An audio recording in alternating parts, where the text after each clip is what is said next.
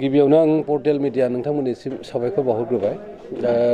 नोंथाङा जेरैबायदि सोंदों अबसे आं एनडिएफबि नङा, अब्लाबो बिथांमोननि एनडिएफबिआ मा थांखि लानानै मा बिथांखि लानानै जोनोम मोननायमोन आरो बेनि फाउन्डारा सोरमोन आरो बिथांजों लोगोसेयैनो सोर दैदेनगिरि बिबानगिरि बिथांमोना बे एनडिएफबिखौ गोलाव सम संग्राम खालामनानै दिनैनि गोदान बे बिटिआर रेकर्डखौ खालामो, बिनि जारिमिनखौ एसेब्लाबो मिथिगौ।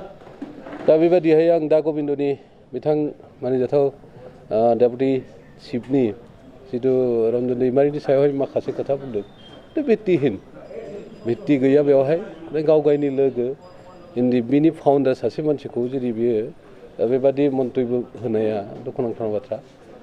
बियो बुंनोसो नांगौमोन माखासे समयसाया दिनै एनडिएफबि हिसाबै रन्जन दैमारिनिफ्राय लानानै दिनैसिम जोबस्राङाखै।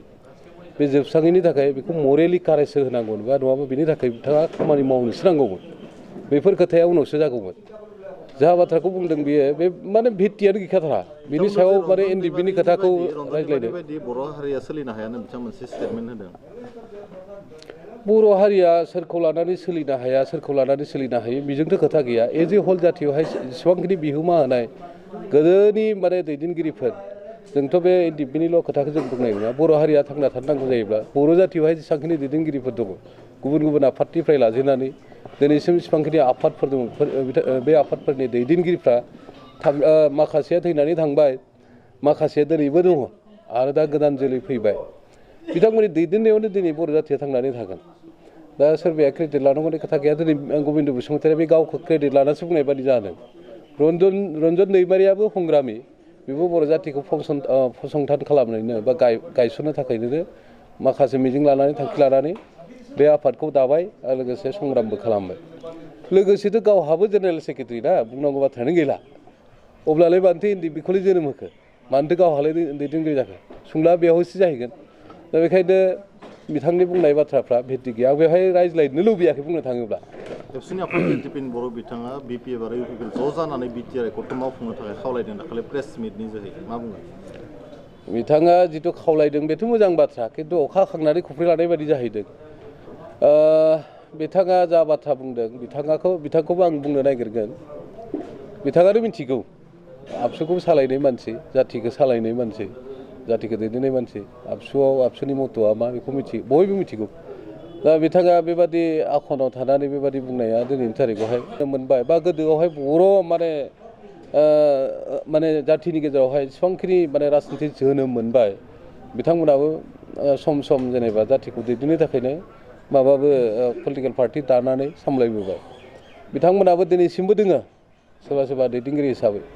दा बिथांमोनखौबो एज ए हल दिनै बुंनांगौब्लाथ' बुंनांगौमोन।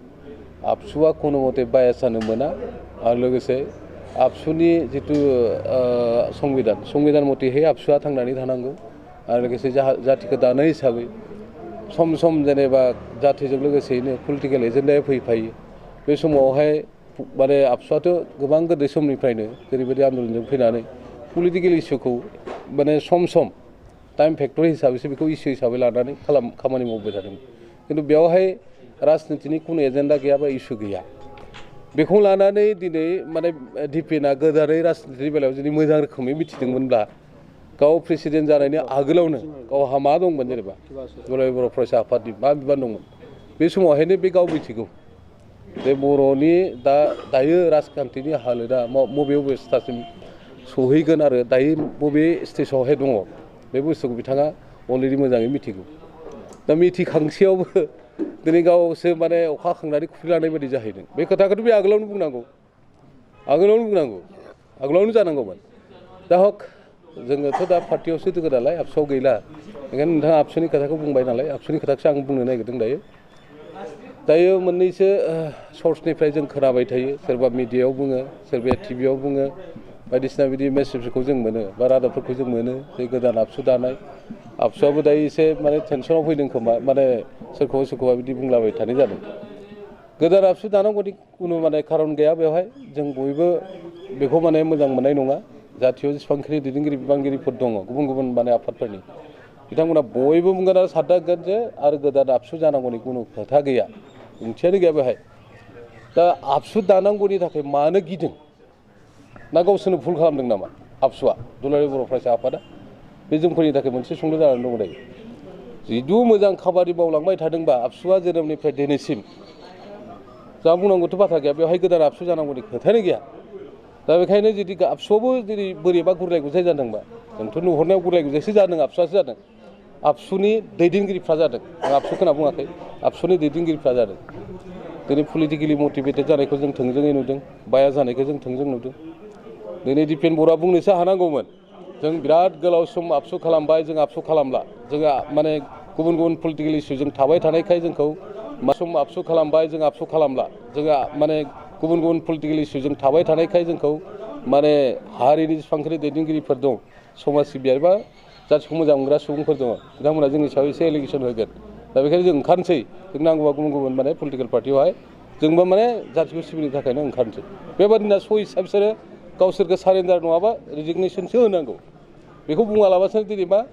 जाथिनि मन्दिरावहाय फैनानै बा संगठननि मन्दिरावहाय फैनानै बुंदों जे बेबादि जानांगौमोन मोजां जानांगौमोन बेथ' दुब्बाय गोहोम आंथ' लाजियो दायो दिपेन बर'आ बेकग्राउन्डखौ जों जिथु नायोबा दिनै जोंफोरबादि जोंथ' आबसुनिफ्रायनो बाय बार्थ जों बिटिसिआव जेसेबांखिनि सिटनिफ्राय लाजेननानै जेसेबांखिनि दैदेनगिरि बिबानगिरि दङ थांनाय गोलाव समावहाय सरकारबो सालायबाय लिडार दैदेनगिरिबो जाबाय मेक्सिमाम 99% आबसु बाय बार्थनिफ्राय फैनाय आबसुनिफ्रायनो फैजोब्बाय दा बेवहाय बुंनांगौ बाथ्रा गैया दिपेन बर'खौ जों दिनै बिनि जारिमिनखौ जों नुवाखै प्राइमारि लेभेलनिफ्राय बिथाङा आबसु दैदेनबोदोंना बुङाखै प्राइमारिनिफ्राय भिलेज इउनिटनिफ्राय बिथाङा आनसलिकआव फैदोंना फैयाखै जोंथ' नुवाखै बहाबा गुवाहाटि डिस्ट्रिक्ट आबसुनिफ्रायसो बबेबा माने स्टुडेन्ट अर्गेनाइजेसननिफ्रायसो बबेबा माने कलेजनिफ्रायसो बिथाङा फैदों जोंथ' नुवाखै बेबादि माने गामि ओनसोलनिफ्राय आबसु खालामना बिथाङा आबसुगिरि खालामदों थेवब्लाबो दे बिथाङा दायो जाथिनि थाखाय दैदेनगिरि जानानै दं बेखौ जों मानिगोन बिथाङा जुदि खामानि मोजां मावोबा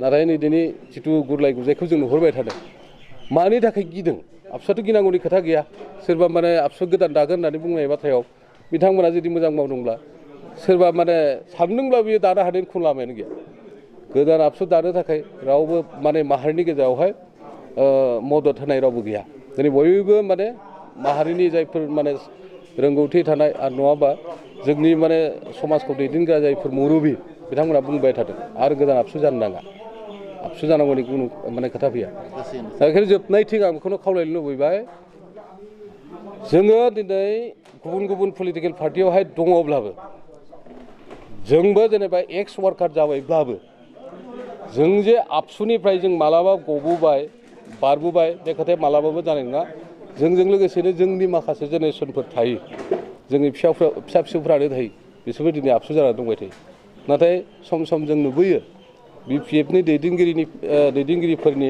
फिसाजो फिसाज्लाफोरखौहाय बिसोरो आबसु नङा बेबायदि स्टाइलाव दुलाराय बर' फरायसा आफादनि माखासे दैदेनगिरिफ्रा बेबायदि बेब'हार खालामनायखौ जों नुयो जोंसो माने पलिटिकेल पार्टियावहाय दङ जोंनि फिसा फिसौ गथ' गथायफ्राथ' बिसोरथ' स्टुडेन्टसो बिसोरबो आबसु बिसोरखौ आबसु हिसाबै बिथांमोना बाहायनानै आबसुखौ दैदेननांगौ आं बेखौसो खावलायो